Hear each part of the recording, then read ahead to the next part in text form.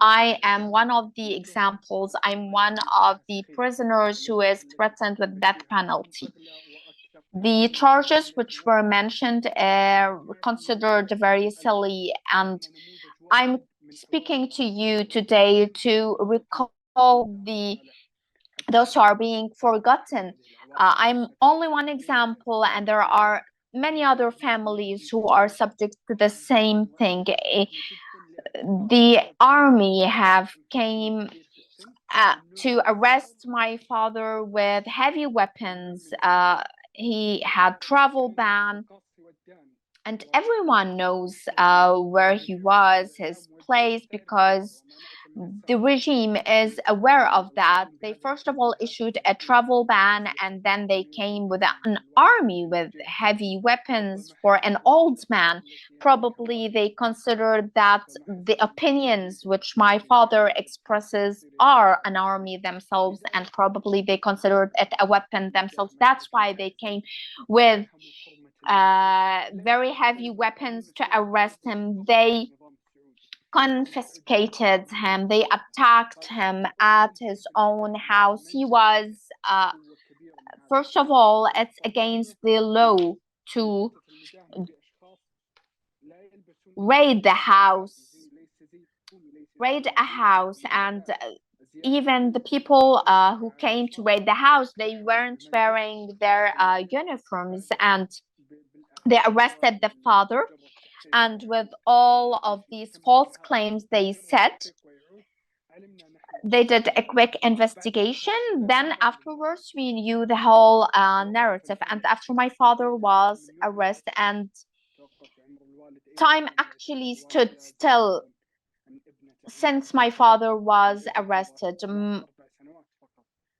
And my son and my daughter were only 2 and 3, 4 years old right now since he was arrested. And the way he was arrested is totally against the Saudi law in itself, and he was placed in solitary confinement. His privacy was totally violated because they set cameras, and also they gave him wrong medications, which uh, placed him at a health risk, and he was transferred to the hospital. And he didn't meet anyone unless the investigator, if he wanted to investigate him. This is one of the many violations he was subject to.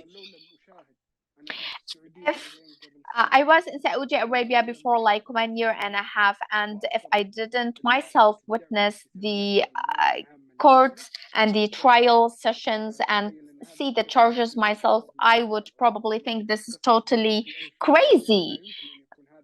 And this couldn't be an actual charge for him being arrested, that the Saudi government actually asks for her death penalty. What is this very serious crime that he committed?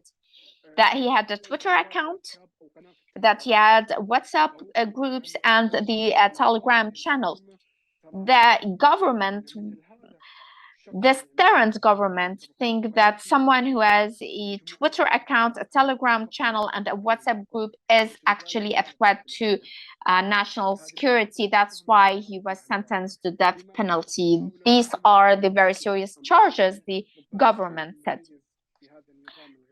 And probably what makes this very idiot regime an idiot one is that it unveils what it does, because it works just like as mafia.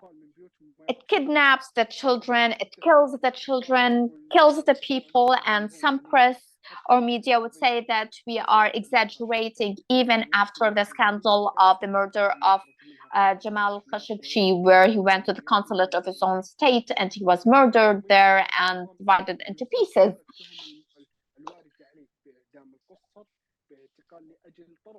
Even the regime doesn't believe their own actions, that they are, or actually believe their own, and boast about the minors, or the minors death penalty, or the minors being sentenced to long years at prison for a tweet. All of these charges The public prosecution would sentence you to death penalty. And after we have witnessed that the government is using all of this sports washing, and now we should say, what are the actual steps to be taken to stop this sports washing?